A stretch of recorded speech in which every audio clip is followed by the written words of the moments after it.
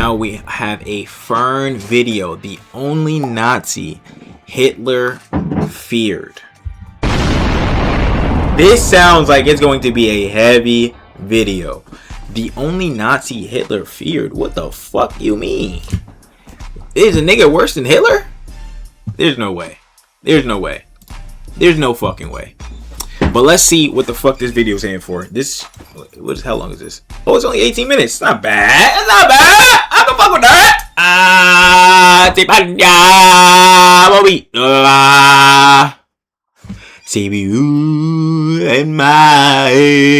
Alright, let's see what this video is hitting for. I haven't seen a FERN video in a little minute. These shits is always bangers though. Fuck it. These two soldiers are on an important mission. Above them, the roar of the plane fades. Below them lies their homeland, occupied by the Nazis. Oh. And somewhere down there is their target, Reinhard Heydrich, the Butcher of Prague. You said it wrong. Reinhard Heydrich! That's how you say that. One of the key architects of the Holocaust. Hitler calls him the man with the iron heart. Oh no. He's responsible for more than 1.5 million deaths. Oh my god, dude. And he doesn't have the faintest idea they're coming for him.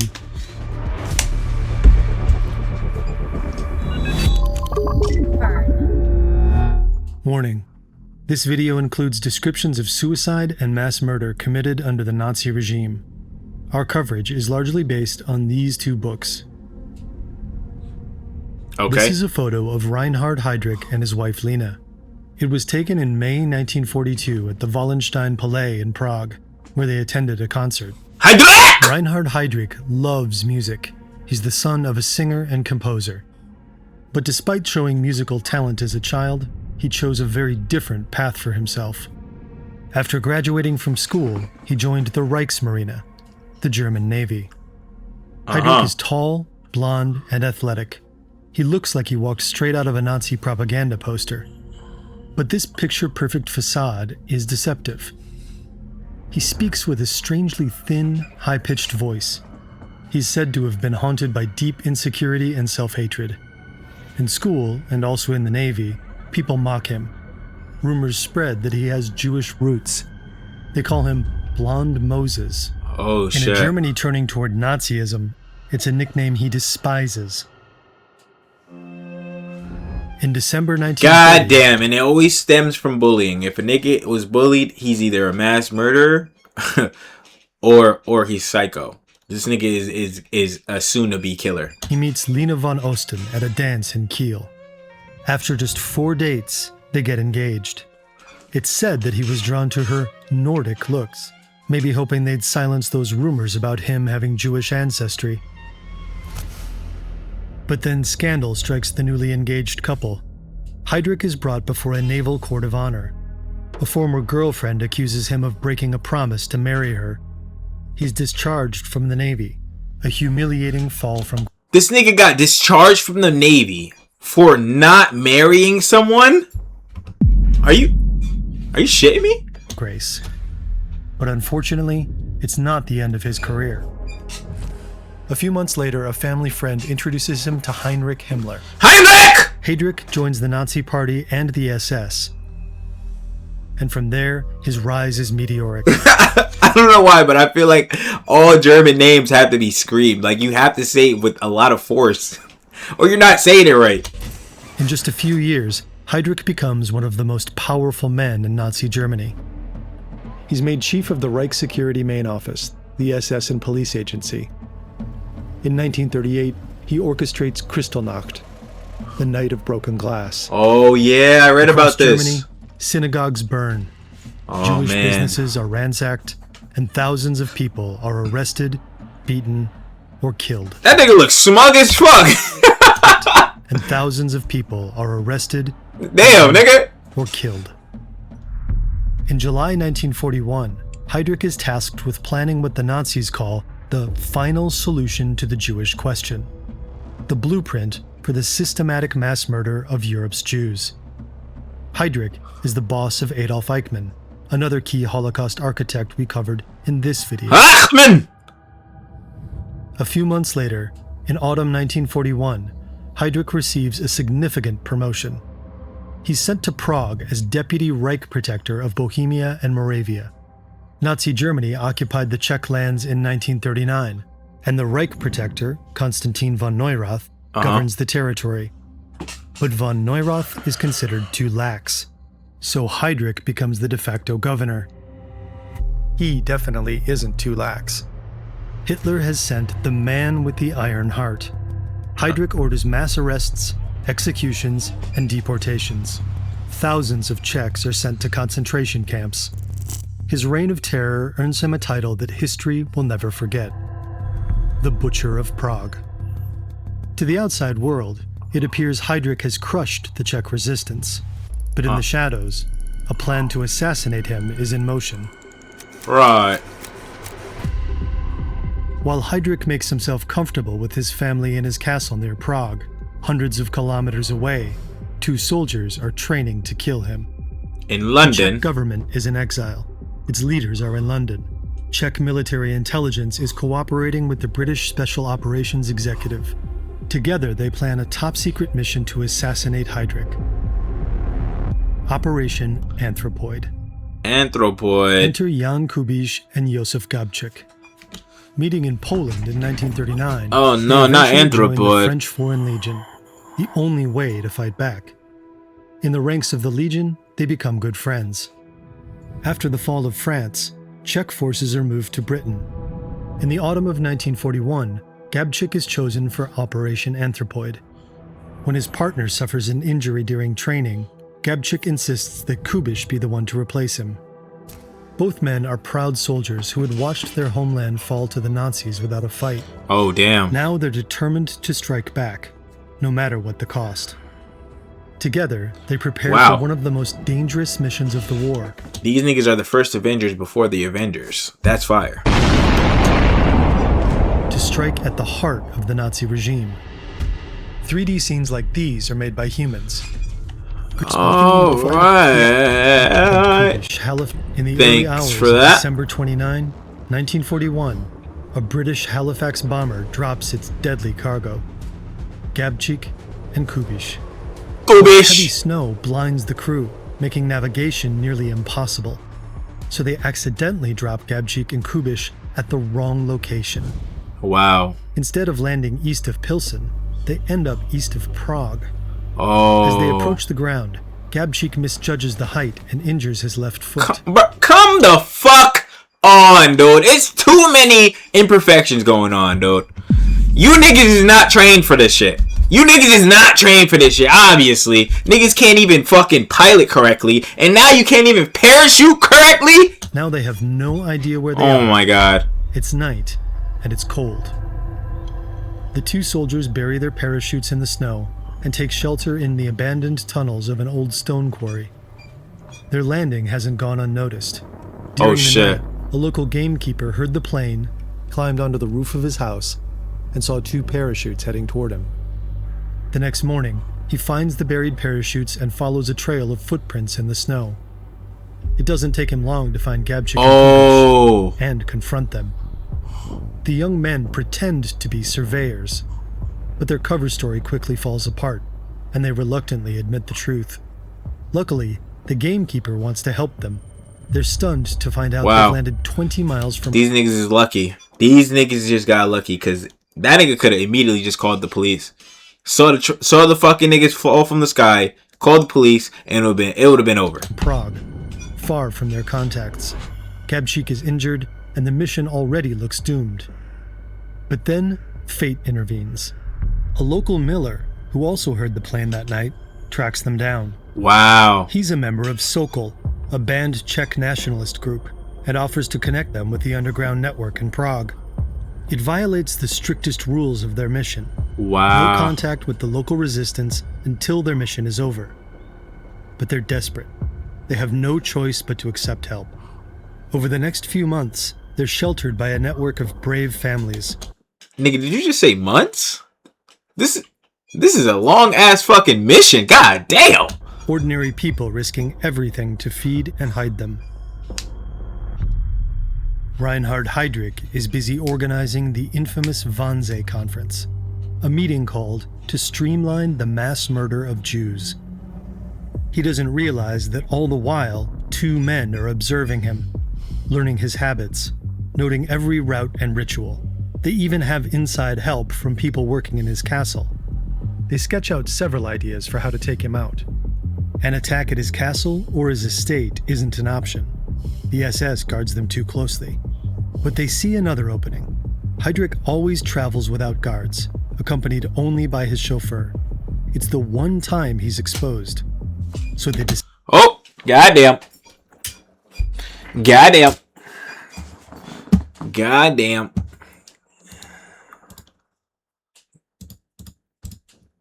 All right, we are back. Decide to strike his chauffeur. It's the one time he's exposed.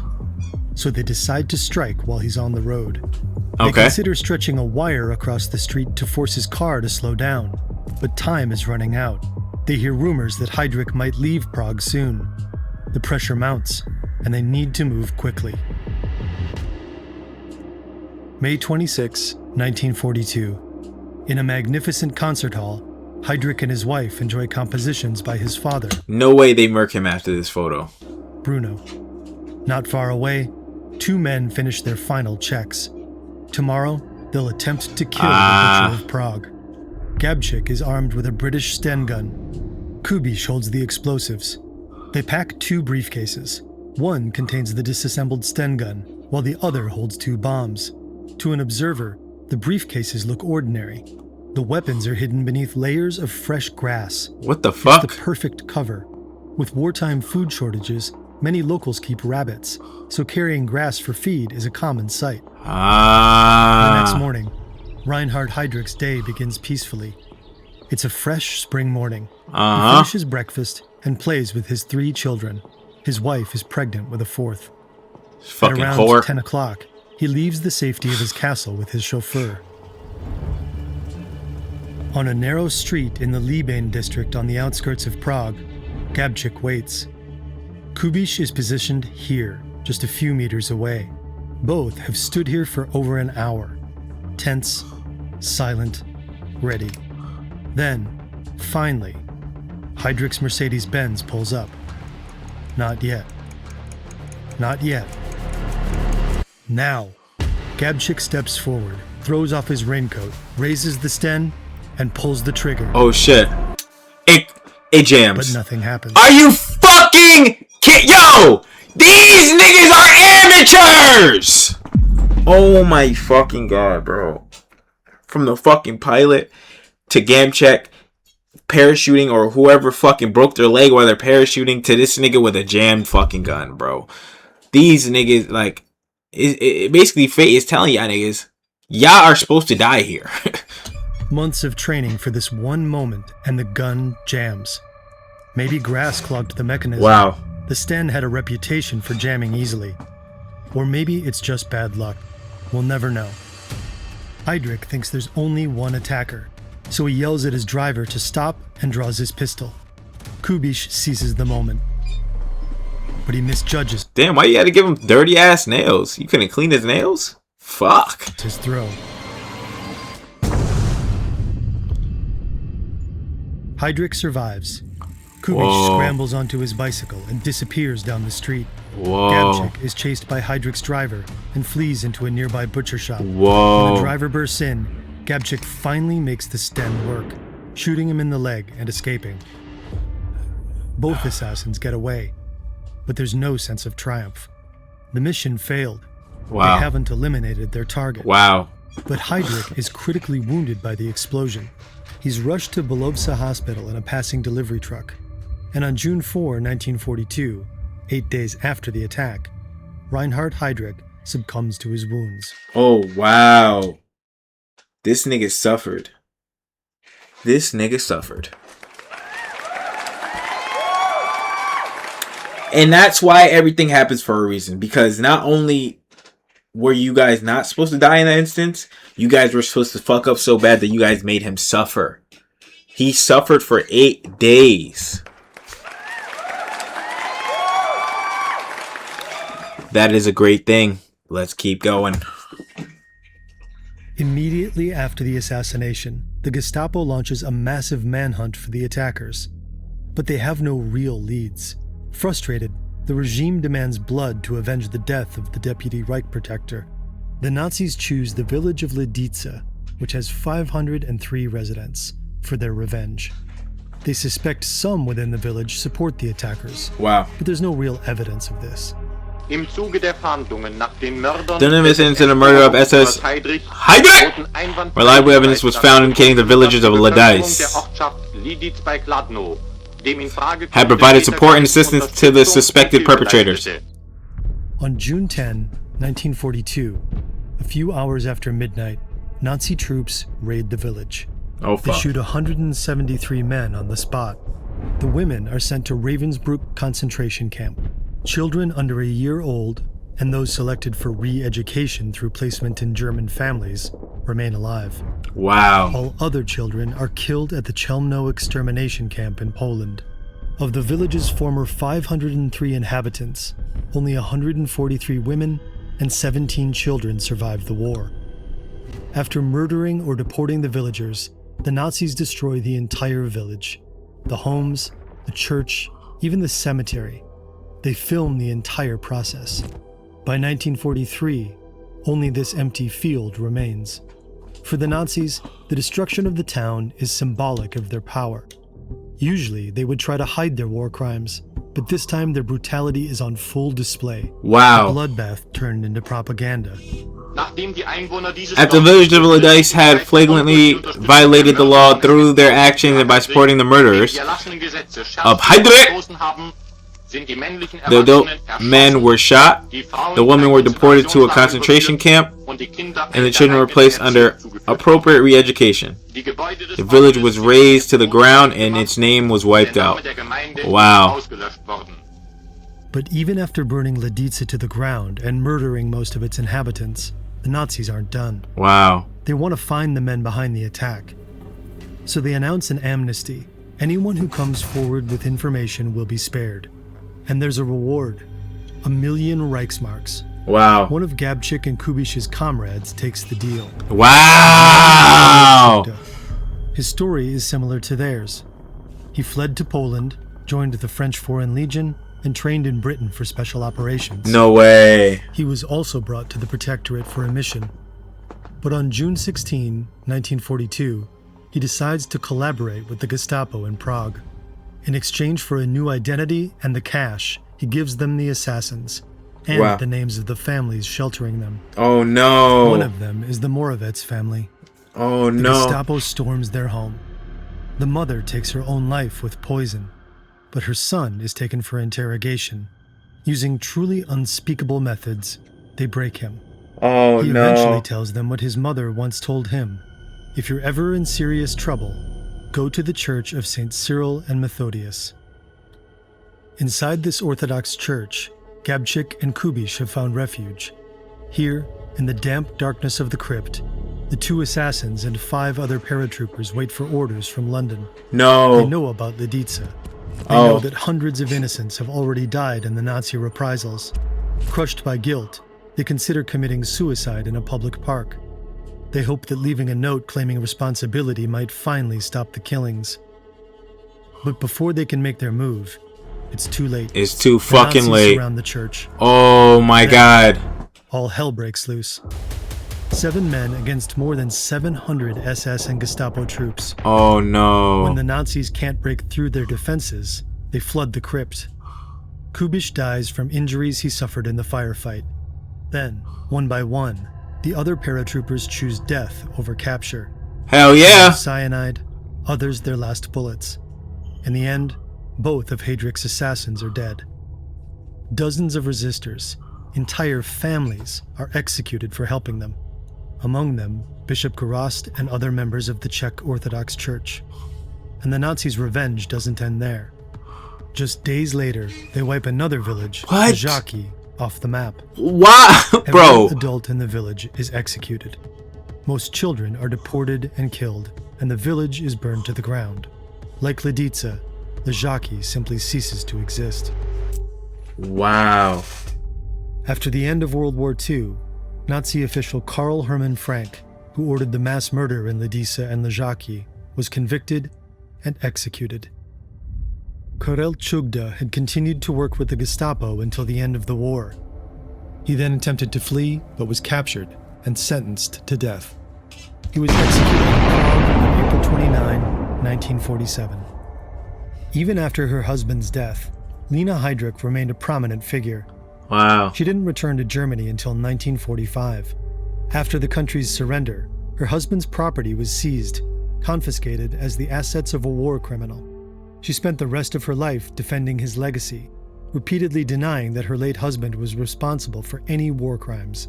In the 1950s, she won several lawsuits against West Germany, securing a substantial widow's pension and regaining her luxurious summer home. Wow.